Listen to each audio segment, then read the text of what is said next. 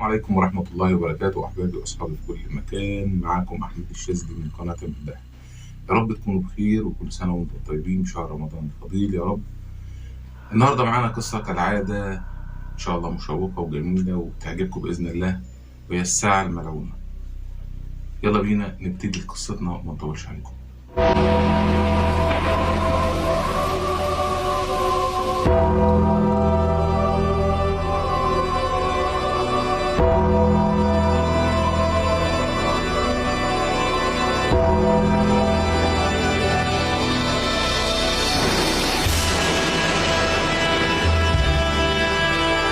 بطل قصتنا النهاردة بيقول: أنا اسمي إسلام وعمري 26 سنة، عايش في مصر لوحدي وأهلي عايشين في دبي. ظروف العمل وأنا كنت خاطب، أو بمعنى أدق كنت خاطب. كان خطيبتي ماتت في حادث سير. كنا راجعين بالعربية بالليل، وإحنا في الطريق عدينا على محل من الحاجات اللي بتبيع الأنتيكات القديمة. كانت خطيبتي من النوع اللي بيحب الحاجات القديمة دي، وركنت العربية ودخلنا المحل. قعدت تلف فيه شوية لحد ما شافت ساعة قديمة شبه المفتاح، وكان شكلها غريب شوية، كان شبه أثرية. عجبتها الساعة قوي، لكن أنا بصراحة ما كانتش عجباني بحكم إن أنا ما بحبش الحاجات القديمة. هي أصرت إنها تجيبها، طبعا أنا ما قدرتش أكسفها. فعلا جبناها وطلعنا من المحل وركبنا العربية. لقينا ميكروباص ماشي بسرعة جامدة قوي، وفجأة خبطنا فيه وعملنا حادثة. أنا عرفت أطلع من العربية بعد ما اتقلبت، اتصلت بالإسعاف والحمد لله وصلت بسرعة. رحنا على المستشفى، وللأسف خطيبتي كانت إصابتها كانت قوية شوية. الدكتور ساعتها قال إنها محتاجة عملية أو تدخل جراحي سريع، وبالفعل دخلت أوضة العمليات. قعدت في المستشفى أو في العمليات تحديدا لحد الساعة 3:30 الفجر تقريبا. لقيت الدكتور طالع من أوضة العمليات وبيقول لي: البقاء لله. أنا بعد ما قال لي الجملة دي انهارت وأغمى عليا، وبعد ما فقت من حالة الإغماء اللي كنت فيها لقيت الدكتور بيقول لي للممرضة: سجلي عندك حالة الوفاة الساعة 3:30. وبعد مرور 3 شهور تقريبا قدرت أتأقلم وأتعايش مع الوضع. بس لما كانت عيني بتيجي على الساعة اللي احنا اشتريناها كنت دايما بفتكر خطيبتي. كنت بحلم كل يوم إني بجري في ممر طويل، آخره باب طالع من تحت منه نور، وبيكون في إيدي الساعة اللي شبه المفتاح، وبفتح بيه الباب عشان ألاقي راجل عجوز قاعد جوه وبيبصلي. لقيته رافع إيده وبيشاور، وكأنه بيقول لي: بص وراك. وأنا بلف وبص ورايا عشان أشوف هو بيشاور على إيه، عشان ألاقي خطيبتي واقفة ورايا لابسة فستان الفرح، شكلها جميلة. كنت فرحان وقتها وحبيت أقرب منها. لقيت فجأة وشها بيتحول وبتصرخ بصوت عالي جدا، ده غير الصوت اللي جاي من بعيد بيقول: حالة الوفاة الساعة 3:30. عشان أقوم من النوم مفزوع وأبص في الساعة ألاقيها الساعة 3:30. فقمت بصعوبة من السرير عشان أروح الحمام وأغسل وشي عشان أفوق من الخضة. وبعد ما غسلت وشي بصيت في المراية عشان ألاقي لون وشي أزرق ومليان خدوش، هدومي كلها دم، وظهرت ورايا جثة شبه خطيبتي. حاولت أهرب منها لكن معرفتش، لأنها خبطت راسي في المراية والمراية اتكسرت، ولقيت إيد بتشدني جوه المراية، لكن فضلت أقاوم لحد ما فلتت منها. لكن في نفس اللحظة وقعت وأغمى علي. فقت لقيت نفسي حوالي الساعة 11 صباحا، ولسه واقع على الأرض في الحمام وجسمي مليان دم. وببص على إيدي لقيت مكتوب عليها: يا من تحتفظ بتلك الساعة عليك أن تتحمل لعنتها. في اللحظة دي بس اكتشفت إن الساعة دي هي سبب كل اللي بيجرالي. قررت إني أروح للمحل اللي اشتريت منه الساعة، ورحت فعلا وقابلت صاحب المحل وحكيت له عن اللي حصل معايا وسألته عن الساعة دي. صاحب المحل قال لي: يا ابني أنا هقول لك على حكاية الساعة دي. زمان جاني راجل عجوز وعرض عليا الساعة دي للبيع. بصراحة الساعة دي عجبتني قوي، اشتريتها لنفسي مش للمحل. بصراحة دي كانت أكبر غلطة غلطتها في حياتي، وأكتر شيء ندمت عليه إني فضلت 10 سنين أحلم باللي أنت كنت بتحلم بيه، وبيحصل لي نفس اللي بيحصل معاك بالظبط، وكنت بعيش أسوأ أيام حياتي. قررت إني أدور على الراجل العجوز ده اللي اشتريت منه الساعة، وبالفعل قدرت أوصل له وعرفت بيته ورحت له.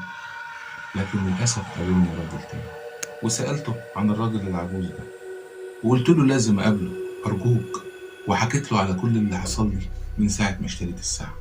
ولقيت الراجل وأنا بحكي له وشه اتغير ونظرته بقت كلها شؤم، اترسم على وشه تكشيرة وكأنه عايز يقتلني. بس كل اللي قاله روح لحالك يا ابني أحسن لك. قلت له أنا عايز أعرف الراجل ده راح فين، أنا سألت عنه الناس قالوا لي إنه ساكن هنا. رد عليا وقال يا ابني الراجل ده مات من 10 سنين. قلت له نعم، ازاي؟ انا لسه مقابله من شهر. قال لي شهر ايه يا ابني؟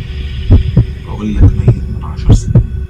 قلت له طيب الراجل ده كان بيبان عليه حاجات غريبة، او بمعنى اصح كانت تصرفاته غريبة او بيصدر منه اي حاجة غريبة. الراجل ده كان كل ليلة نسمع عنده اصوات غريبة، اصوات دقات ساعات.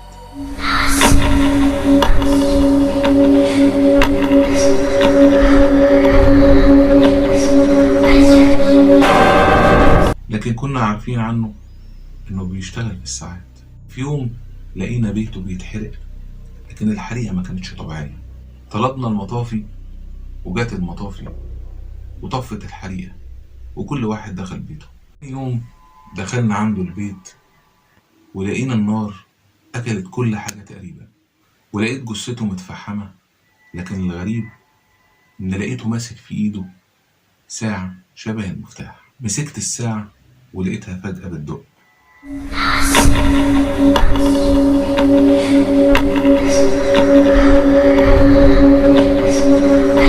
ولقيت عقارب الساعة وكأنها بتشاور على مكان معين في البيت. مشينا في الاتجاه ده اللي شاورت عليه عقارب الساعة عشان نشوف هيودينا على فين. لقينا باب مقفول، واعتقدنا وقتها إن المفتاح بتاع الباب ده هو الساعة دي. وفعلا فتحنا الباب عشان نلاقي ساعات وكتب مرمية في كل مكان، واكتشفنا إن الكتب دي كتب لتحضير الجن. لكن اللي استغربنا له قوي ايه علاقة الساعات بالكتب، ومحدش وصل لحاجة، وكل واحد فينا رجع بيته. لكن أنا عجبتني الساعة وخدتها، لأن شكلها عجبني. أخدتها وقلت أحطها في المحل عندي. بس الغريبة إني لما أخدتها وحطها في المحل بكام يوم المحل اتحرق. وساعتها واحد من اللي شافوا الحريقة أو المحل اللي بيتحرق قال إني شفت الساعة اتحولت لكتلة نار، وهي اللي حرقت المحل.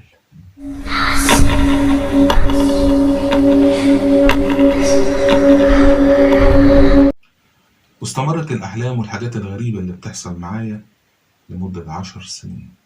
اكتشفت إن الراجل ده هو كمان كان بيعاني من اللي كنت بعاني منه. خلص الراجل حكايته وقال لي يا ابني لو عايز تخلص من الساعة دي واللعنة دي روح للراجل ده وأنا هديلك العنوان.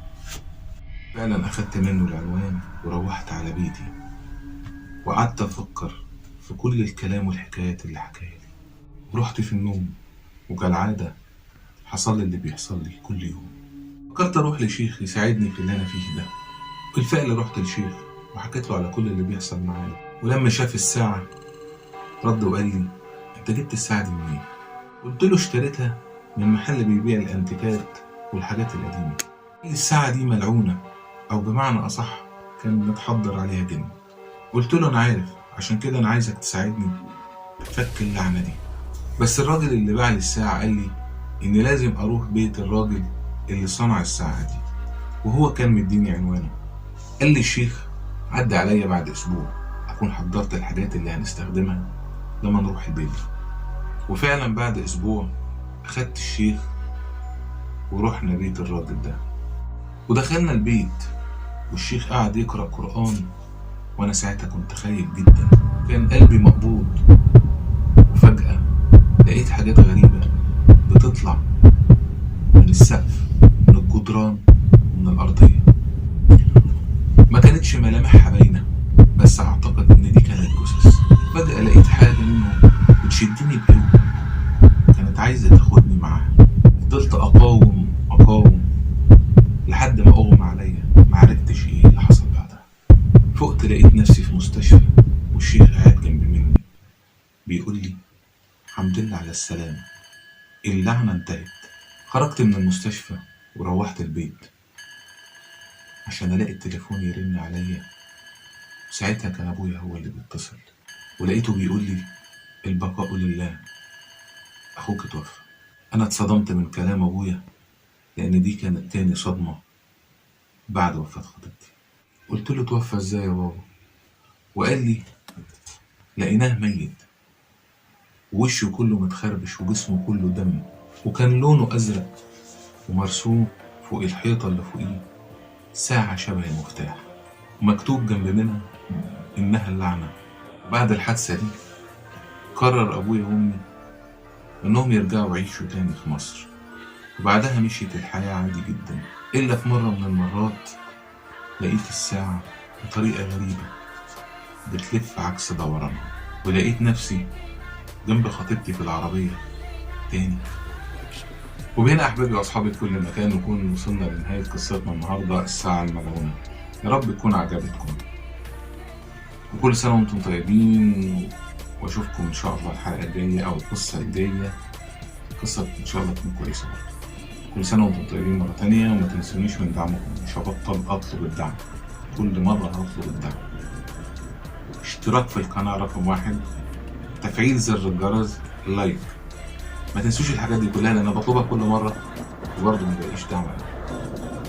اشوفكم على الف خير، قصة جديدة، سلام.